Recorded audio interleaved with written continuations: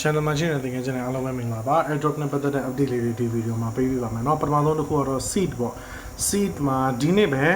10ရက်နေ့က update တွေလာထားတာရှိတယ်4:20အဲ့ဒါပါလဲဆိုတော့ no more waiting daily secret ticket hunt is live so daily secret ticket hunt ဆိုပြီးတော့ပေါ့เนาะ ticket hunt ဆိုပြီးတော့တစ်ခုရှိမယ်အဲ့ဒါကို live ဖြစ်သွားပြီသူတို့ဘက်ကနေဆိုတော့ကျွန်တော်လုပ်လို့ရပြီဆိုပြီးပြောထားတာ this is your golden chance to score the best seed moon boxes ဆိုတော့ဒါကျွန်တော်တို့ဒါ seed moon boxes တွေရနိုင်တယ်ဒါပေမဲ့အဲ့ဒါပါလဲဆိုတော့ဝယ်ရမယ့်ဇာတ်လမ်းတွေပါနိုင်တာပေါ့နော် from 10% to 100% off on seed moon boxes ဆိုတော့10%ကနေပြီးတော့ 100% ဆိုတာကဒါလုံးဝ free ဖြစ်သွားတော့ပြောတာပေါ့နော်အဲ့လောက်ထိကျွန်တော် discount တွေရနိုင်မှာဖြစ်ပါတယ်တဲ့ပြီးရင် rarity boost increase your chances of getting rare mons with basic super and ultra boost so basic တွေ super တွေ ultra တွေboost တွေနဲ့ကျွန်တော်ဒါဒီ moons တွေရတာတွေကကျွန်တော်ဒါဟိုဘယ်လောက်ထိရှာပပတွေရနိုင်မလဲဆိုတာကိုလည်းဒါထပ်ပြီးတော့ဒါ rarity boost ရနိုင်တယ်ဆိုတဲ့သဘောပေါ့နော်ဆိုတော့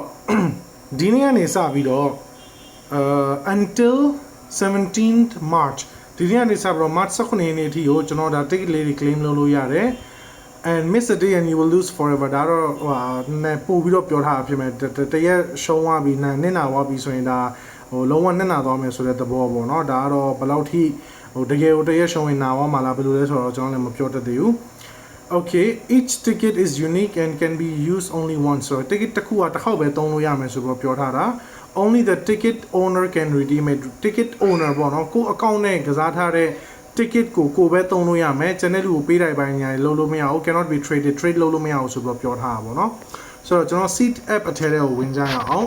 seed app အထက်ထဲဝင်လိုက်တယ်ဆိုရင်ဒီညမှာ allow ဆိုပြီးတော့ကျွန်တော်နှိပ်ရတာရှိတယ်အဲ့ဒါလေးကိုနှိပ်ပါเนาะအဲ့ဒါလေးနှိပ်ပြီးတော့ပြီဆိုရင်ဒီညလေးမှာကျွန်တော်တစ်ခုတွေ့ရလိမ့်မယ်ဒီအနီအောင်လေးကိုနှိပ်ပါ you need at least one seed mon to play and earn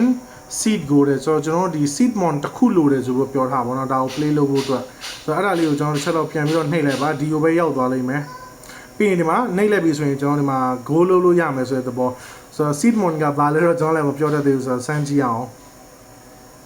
okay လဲလို့ရပြီတရက်တစ်ခေါက်ပဲလဲလို့ရမှာเนาะကျွန်တော်ထင်ဒီက 5% discount ကျွန်တော်ရတယ် Okay so apply this coupon at checkout to get 5% discount on your moonbox purchase so ကျွန်တော်ဂျားထဲမှာ update လုပ်ပေးတဲ့အချိန်တော့ကျွန်တော်တေချာလေးတင်ပေးတေချာတော့မဟုတ်ဘူးဒါပေမဲ့ပြောပြခဲ့တယ်ဒီ moonbox တွေအဓိကတော့သူကပတ်စံနဲ့ဝယ်ရမယ့်ဟာဆိုပြီးတော့ကျွန်တော်အရှိကိုဆက်ပြီးတော့မပြောတော့တာပေါ့နော်ဆိုတော့အဲ့ဒီ box တွေဝယ်တယ်ဆိုရင်ကျွန်တော်ဒီနေ့အတွက်ကိုကျွန်တော်9% discount ရမယ်ဆိုပြီးတော့ပြောထားတာပါအဲ့ဒီ boxes တွေကဘယ်မှာလဲဆိုတော့ဒီမှာ airdrop ဆိုတဲ့နေရာလေးကိုဝင်လိုက်ပါပြီးရင်ဒီမှာတော့ buy moon box ဆိုတာလေးရှိတယ်အဲ့ဒီမှာကျွန်တော်တို့ဝယ်ရမှာတကယ်ဆိုတော့ဒီမှာတော့ whitelist ended ဖြစ်သွားပြီဆိုတော့ဒီမှာ register လုပ်ထားတဲ့ user တွေရခဲ့မှာကျွန်တော်တို့ register မလုပ်ထားဘူးဆိုတော့မရခဲ့ဘူးလက်ရှိတာကျွန်တော်ကြည့်ရတော့ပေါ့နော်အဲ့ဒါထပ်ပြီးတော့ပုံစံတနည်းနည်းနဲ့ရခဲ့တယ်ဆိုတော့ကျွန်တော်ပြောပြမယ်ဒါပေမဲ့ပတ်စံကိုသုံးရမယ်ဆိုတဲ့အနေထားပါ seed ကလည်းတကယ်ဆိုတော့တော်တော်များများတွေတော်တော်သုံးပြီးတော့ပတ်စံတွေသုံးရတာတွေရှိခဲ့တယ်ဆိုတော့ဒီကလည်းပတ်စံသုံးရမယ်ဆိုတော့ကျွန်တော်သိပြီးတော့အားမပေးဘူးပေါ့နော်လုပ်ဖို့တော့ကိုရတော့ပဲယူတာပို့ပြီးတော့ကောင်းမယ်လို့တော့ထင်ပါတယ်ကျွန်တော်တို့အခု post ကိုတော့စောင့်ကြည့်ရမှာပေါ့ဘယ်လိုအနေထားရှိနေလဲဆိုတော့လေခဏလေးဒီတခြားဟာတွေမှာပတ်စံ3000ကို short ခြင်း short ပါ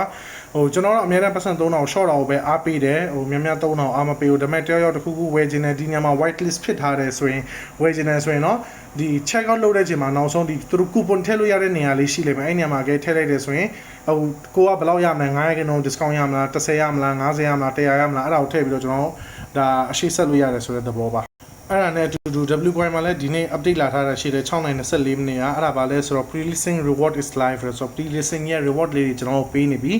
it's time to gear up for the W coin listing W coin listing လုံးဝမကြခင်လာတော့မယ်ဆိုတဲ့သဘောပါ as a thank you ကျေးဇူးတင်တဲ့အနေနဲ့ we are giving 20 W keys and 1 million W coin to everyone လူတိုင်း user တိုင်းကိုသူတို့ဘက်ကနေပြီးတော့ key အခု20ရဲ့1 million W coin ပေးမယ်ဆိုပြီးတော့ပြောထားတာပေါ့နော် claim yours now check the task section in the app so task ဆိုတဲ့နေရာမှာကျွန်တော်တို့ပြီးတော့ကြည့်လို့ရတယ်အဲ့မှာရှိနေလိမ့်မယ်ဆိုတော့ပြောထားတယ် listen detail dropping in the next few days listen နဲ့ပတ်သက်တဲ့ detail ကိုသူတို့ဘက်ကနေပြီးတော့နောက်ထပ်ဒီရက်ပိုင်းလေးထဲမှာသူတို့ချိန်ညာမယ်ဆိုပြီးတော့ပြောတာပေါ့နော် okay အဲ့တော့ကျွန်တော်တို့အခုတစ်ချက်လောက်ဝင်ကြည့်အောင်ဒီမှာကြည့်ပါclaim လုပ်လို့ရပြီ key အခု20ရသွားပြီ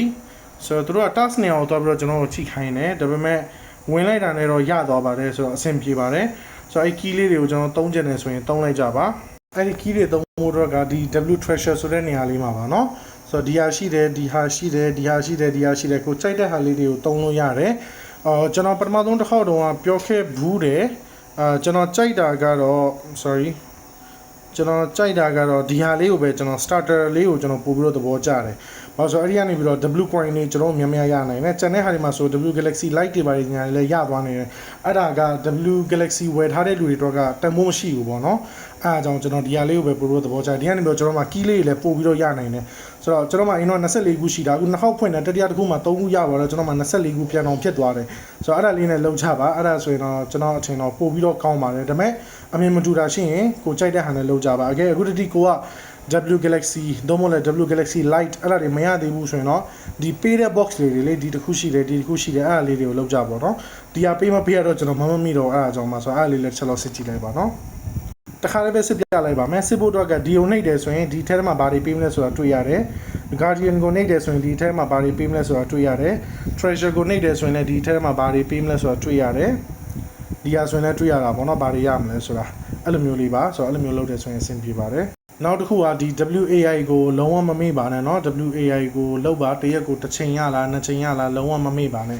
အဲ့နဲ့တူတူဒီနေရာလေးကိုတစ်ချက်လောက်ကြည့်ပါအကဲဒီနေရာကိုဝင်လို့ wallet မချိတ်တာဘူးဆိုရင်ဒါအများနဲ့ဖြစ်တဲ့ wallet ကပြုတ်သွားတာဒါပေမဲ့လည်းကိုပြန်ပြီးတော့ချိတ်ပေးထားလိုက်ပါအဲ့ဒါဆိုရင်တော့ပိုကောင်းတာပေါ့เนาะကိုအများနဲ့ချိတ်ခဲ့တဲ့ wallet နဲ့ပဲချိတ်ရမှာ wallet အသစ်ဒီပိုင်းနဲ့လုံးဝမချိတ်ပါနဲ့เนาะအဲ့ဒါအရေးကြီးတယ်မရရင်နောက်တစ်ခေါက်တော့ကျွန်တော်ပြန်လုပ်ကြည့်လိုက်မယ် okay ရပြီအဆင်ပြေသွားပါပြီเนาะ Agent 301နဲ့ပတ်သက်တဲ့ဗီဒီယိုမှာကျွန်တော်ဒီဟာလေးနဲ့ပတ်သက်ပြီးတော့ပြောခဲ့တယ်အဲ့ဒါကိုဒီနေ့သူတို့ဘက်ကနေ announcement ကြေညာလိုက်ပါပြီ winner 10ယောက်ရခဲ့တယ်ပေါ့เนาะ These users will receive 1 million agent point for participating in the giveaway ဆိုတော့ဒါသူတို့ရဲ့ channel ကိုကျွန်တော် collectible gift item တွေပေးတယ်ဆိုရင်ပေးတဲ့လူတွေအကုန်လုံးလည်းရတယ်သူတို့10ယောက်ကိုပဲရွေးသွားတာမနေ့ကလည်းမတန်ဘူးဆိုပြီးတော့ပြောတယ်ဒါပေမဲ့ရသွားတဲ့လူတွေတော့ကတော့ကောင်းတာပေါ့နော်ဒါပေမဲ့အများကြီးနဲ့တိန်းနဲ့တန်းနဲ့ချီပြီးတော့လောက်ရမှာဆိုတော့ကိုရီရဖို့တော့နည်းနည်းခက်တယ်ဒါပေမဲ့လည်း okay ရပါတဲ့လူတွေတော့ congratulations ပါ okay နောက်ဆုံးအနေနဲ့ time farm နဲ့ပတ်သက်တဲ့ update လေးကျွန်တော်ထပ်ပြီးတော့ပေးလိုက်ပါမယ် week 4ကပြီးသွားပြီ time farm မှာ week 4မှာကဒီ burn and earn ဆိုတာကပြီးသွားပြီเนาะအဲ့ဒီမှာပထမဆုံးက USDT 900ရခဲ့တယ်ဒုတိယကကျတော့250ရခဲ့တယ်125 85 50ရခဲ့တယ်အဲ့ဒါဘာလို့ရလဲဆိုတော့ကိုမှရှိတဲ့ဒီ coin တွေကိုပေါ့နော် time coin တွေကိုကျွန်တော်တို့ burn လုပ်ရတဲ့ event ပါအဲ့ဒါနဲ့ပတ်သက်ပြီးကျွန်တော်တိတိကျကျရှင်းပြခဲ့ပေးဘူးတယ်အခုက week 5လာပါပြီเนาะ ready to burn and win week 5 of the burn and earn challenges live now ဆိုတော့ဒါအခုစသွားပြီအဲ့တော့လှုပ်ချင်တဲ့လူတွေလှုပ်လို့ရပါတယ်ဒါပေမဲ့လှုပ်မဲ့ဆိုရင်ပထမသူတို့ရဲ့ဟာလေးတွေချက်တော့ချိန်လိုက်အောင်ကြည့်လိုက်အောင်เนาะ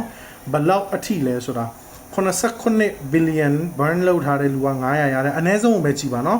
USDT 50ရတဲ့လူကကျတော့32.5 billion เนาะ32เนาะ3.2မဟုတ်ဘူးเนาะအဲ့ဒါကိုလောက်တာကို50ပဲရတာဆိုတော့ကိုမှရှိတာလေးတွေကိုပထမဆုံးတွက်ကြည့်ပါကျွန်တော်တို့တွေကနေပြီးတော့ရှိတယ်ဆိုရင်ဘယ်လောက်ရှိမလဲ1 billion 2 billion 3 billion ကဲအလွန်ဆုံးတချို့တွေဟိုးအစကတည်းကစားထားတဲ့လူဆို10 billion လောက်ရှိမလားတော့လည်း20 billion လောက်ရှိမလားအကုန်လုံးကိုကလှုပ်လိုက်လို့မှကိုကမပါသွားဘူးဆိုရင်နှမျောစရာကြီးတွေဖြစ်သွားမယ်ဒါပေမဲ့ update ရရှိတယ်ဆိုတော့ကျွန်တော်ပေးရတာပါလှုပ်ချင်တယ်ဆိုရင်တော့လှုပ်ကြပါနည်းနည်းလေးအပေါ်ဆွဲပြီးတော့ကြည့်အောင်เนาะသူတို့ဘက်ကနေပြီးတော့ဒီweek 3တွေဘာတွေမှာဘယ်လောက်ထိပြောထားလဲဆိုပြီးတော့ဘယ်လောက်ထိလူတွေလှုပ်ထားကြလဲဆိုပြီးတော့ဗောနော်ဒီမှာကြည့်ပါ week ဒါပဲ week လေ week 3အတွက်ကအနည်းဆုံးက 23.8 billion ကိုသူတို့ဘက်ကနေပြီး burn လုပ်ခဲ့တယ် user burn လုပ်တာဗောနော်အဲ့လိုလုပ်တာကောင်းတော့ကောင်းတယ်သူတို့ရဲ့ဟို token တွေကို short ချတယ်ဆိုတဲ့သဘောဗောနော်အဲ့ဒါထက်အရင်မှာကကြတော့727 million oh my day အကယ်၍အဲ့ဒုတိယအပတ်မှာသာပေါ့နော်အကယ်၍ကိုက 1.6 billion လောက်တော့ကိုက ban လုပ်ခဲ့တယ်ဆို250 USDT တောင်ရနိုင်တယ်ဆိုတဲ့သဘောပါဆိုတော့မိုက်တော့မိုက်ပါတယ်ဒါပေမဲ့လည်းဒါမပြောတတ်ဘူးဘယ်အပတ်မှာဘယ်သူကထပြီးတော့ဘယ်လောက်များများလောက်သွားမလဲဆိုတော့ဘာမှပြောလို့မရဘူးအကယ်၍ကိုကဒီထဲမှာလှုပ်လိုက်လို့ကိုကဒီ top rank မှာ top 5 rank မှာမဝင်သွားဘူးဆိုရင်ကို ban လုပ်တတ်တဲ့ဟာတွေအကုန်လုံးအလကားဖြစ်သွားမယ်နော်တခုမကြံအကုန်လုံးကိုက airdrop ရတဲ့အချိန်ကျရင်လည်းကိုတော့ဘာမှကြံတော့မှမဟုတ်တော့ဘူးနီးပါးလောက်ကိုဖြစ်သွားလိမ့်မယ်ဆိုတော့အဲ့ဒါလေးကို view ဆိုင်ပြီးတော့လုပ်ပါဆိုတော့ဗီဒီယိုလေးကိုတော့ဒီလောက်မှပဲတင်ပေးလိုက်ပါမယ်ကြည့်ပေးတဲ့အတွက်ကျေးဇူးအများကြီးတင်ပါတယ် Telegram channel YouTube channel လေးကို join ပေးထားပါနော်ကျေးဇူးပါ